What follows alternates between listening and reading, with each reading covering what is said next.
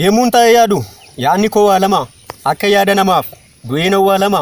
sinarraa gab godheem qilleensa goolama na bukkee dhaabbatee inni waara kaase ofii dachaatti hafeem naangaara na baase galata kee Yesuus sit harkaa na baase.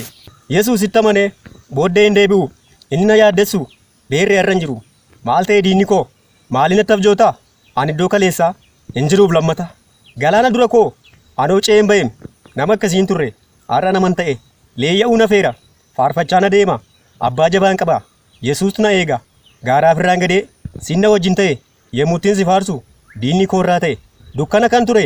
ifa fuuldurri koo humna waaqayyootiin mo'eera diina koo danqaraan sibiilaa na duraa cabeera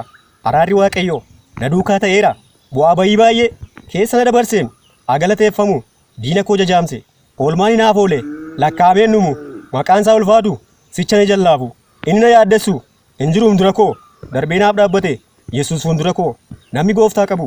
jabaatee dhaabbata namni gooftaa hin qabne jiraatti irraa nan taasiin gooftaa maaloo nama akkasii nama siif jiraatu Yesuus na taasisi.